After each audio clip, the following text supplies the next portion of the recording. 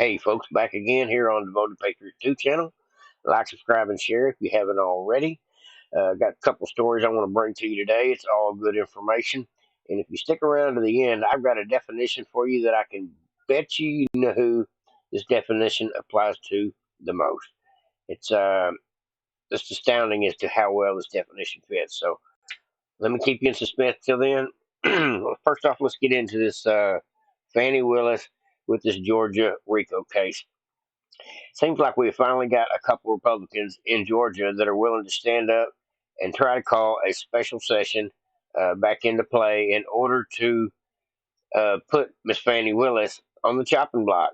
What I'm talking about is Governor Kemp several months back signed a new bill that they passed in the House and the Senate over there in Georgia that gives the government, or actually the Senate and the House, the authority to look into district attorneys that are not doing their job. Perfect. Now let's go ahead and get into it, folks. There's some details here that I thought applied to this lady here, and they can literally kick her out of her job if they can prove with an investigation that she is in dereliction of her duty, among many other things. Let's go ahead and get into the list of things that she needs to be kicked out for. Be great to get this case thrown out over the fact that we prove this district attorney is not just biased, but so much more than that, just evil in so many ways for all the things she's doing, including trying to push this case to its limit. It says Fani Willis criminalized the First Amendment, and brave state lawmakers are fighting back. Earlier this month, Fani Willis hit President Trump and 18 others with the RICO conspiracy charges and daring to challenge the 2020 election. Give him over 41 charges. There's also another 30 co-conspirators, people that haven't been mentioned yet. But they basically went after him and all his lawyers, and I'm sure you know this, and this is the mugshot that was seen around the world. Says this entire thing has just been an abuse of power. The Fulton County clerk posted Trump's charges online before the grand jury had even deliberated and signed off on, or I guess voted on the indictment. So that told me it was crooked right from the start. But like I said, in May, Governor Brian Kemp, who I don't care much for these days, signed a bill that will allow the removal of elected district attorneys from office. This newly enacted bill, Senate Bill 92, establishes a statewide prosecution attorneys qualifications commission vested with the power to investigate complaints against the district attorney and, if warranted, remove them from office. This thing should be called the George Soros bill, the bill that takes these George Soros district attorneys and takes them out. The George Soros, the anti-Soros bill is what it should be called. It says the grounds for discipline for any of these particular acts is removal, involuntary retirement. Solicitor General listed in the bill include mental, physical, incapable. Well, she doesn't have the Joe Bidens or the Fettermans, so that doesn't really apply. Willful misconduct in office. Well, I would say that would probably apply to her. So let's go ahead and get her out on that one alone. But she can be disciplined, she can be removed, or they can make her retire. Now, the third one here, it says willful and persistent failure to carry out duties to Persistent Code Section 15.18.6. Meaning if she's not doing her job prosecuting people for like murders and things, they can get her on that one. And then also, with respect to Solicitor General's willful and persistent failure to carry out duties pursuant to Code 15.18.66 as well. And that is not just, that is prosecuting people for going over the limit on prosecutions. So they've actually got both ends of this thing covered. Conviction of a crime involving moral turpitude, meaning if she gets caught doing something illegal. Conduct prejudicial to the administration of justice. Conduct prejudicial prejudicial to the administration of the justice, which brings the office into disrepute. Wow. Basically, what they're saying there is if she's doing anything to make the office look bad by conducting herself in ill manner, not becoming of the position of district attorney, some nefarious actions possibly.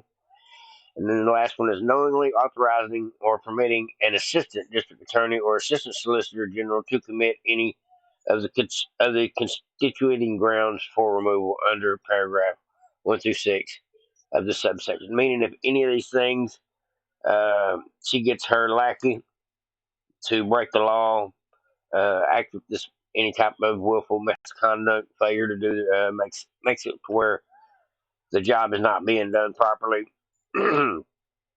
She can actually be disciplined for that as well. Now, I'm glad to hear that. They did call back a special session, so we're going to find out here in a few days. It looks like what they're going to do. They're probably going to open it. I'm guessing they're going to open an investigation into her, and actually look at her finances would be the first thing I'd want to do. And I also want to look into her conduct, see what we can do to get her removed from the case. Now, this right here is a crazy story. It says National Archives recently confirmed through a FOIA response, a Freedom of Information Act, where you can actually buy and request information that is public information, and in theory, you should be able to get it unless it is classified. But the National Archives recently confirmed a response that they found 5,138 email messages and 25 electronic filings pertaining to known Joe Biden's pseudonym account, Robinware456 at gmail.com, JRBware, and Robert L. Petersware. So these are the three pseudonym names that are Biden's, three of his aliases, I guess is the best, I would say the best way to say that. His other three email accounts. But 25 electronic filings means that is 25 most likely transactions. We're probably talking about transfer of funds. 25 more transactions, folks. That's going to be a lot more money. And they also, and a lot more transactions. And out of that 5,138 email messages, do you think any of these messages that are all under a suspicious email account while Joe Biden was vice president, do you think any of these 5,000 messages could possibly be incriminating, even just maybe one? I bet they are fixing to probably throw another indictment at Trump over this. Now, I did see yesterday, not to get off topic, but I did see yesterday Greg Kelly say that in about a month, when our Congress gets back in session, they will have no choice but to impeach Biden behind the video that will be brought forth to the entire world. I believe it's a damning video involving Biden, and hopefully a transaction. Maybe that's what the whole world needs to see to be convinced. This guy is not only not playing with a full deck, but he is crooked as a snake. The National Archives put the request into the queue by the date it was received. The conservative group Southeastern Legal Foundation received a response to the request for the National Archives on Monday. It says the Gateway Pundit released a new Hunter Biden email with his dad, Robert L. Peters, from 2016 earlier today. It says it appears that Joe Biden was using the pseudonym to conduct illicit business, bribery, and pay-to-play schemes. Joe Biden has had repeatedly denied and had any involvement in his son's business dealings, and yet here we have proof that Hunter and Joe Biden were included in the same email on an upcoming phone call with the Ukrainian president. House Oversight Committee James Comer previously reported on two emails sent from Biden's aide John Flynn to the Vice President Joe Biden and then to the son. They had it where the emails were piggybacked together.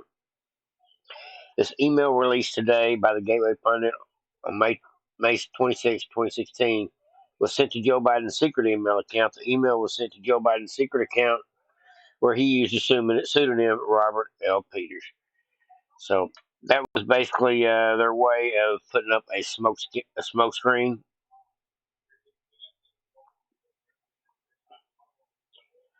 And it's basically like Vice President Biden spoke today with President Poroshenko of Ukraine. The Vice President congratulated Poroshenko on the release of the Ukrainian pilot radar member Savchenko and called for the release for all Ukrainians unlawfully detained in Russian leadership. Okay, this is just an example of a memo from the White House from Joe Biden, but he's using aliases. Pretty crazy, folks. Now, the worst part of this whole situation for me is this right here. It's the media blackout. The media will not cover this crap. Now, before I get off of here, folks, I wanted to read you all the definition of a narcissist, and then I'm going to leave you with a video of Joe Biden saying those famous words, which hopefully will be the words that bring him down.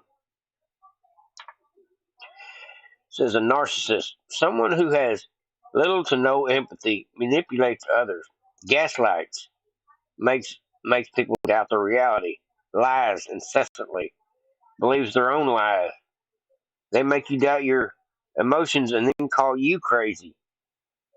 They rage for absolutely no reason, and you end up apologizing. No, I'm not apologizing. It says it could be a parent, it could be a friend, a brother, a sister, a boss, a spouse, or a president. It says they start off by tricking you, pretending that they're your friend. I'm good old Scranton Joe. Before long, they just really start showing their true colors. True definition of a narcissist, folks. I thought Joe Biden was probably a sociopath, but I think more than that, he is just a narcissist. He is greedy. He is self-centered, self-loathing. Everything he does to this country, he doesn't give a shit about. He only cares about his family and himself, keeping himself out of jail. Now, I think the one thing that one day will be the downfall of Biden will be this video right here, which I'm sure everybody has seen, but I'm going to play it for you one more time as I jump out of here.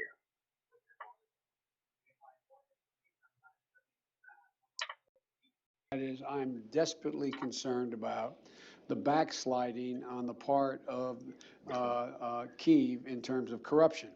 They made, I mean, I'll give you one concrete example. I was, not but it just happened to be, that was the assignment I got. I got all the good ones.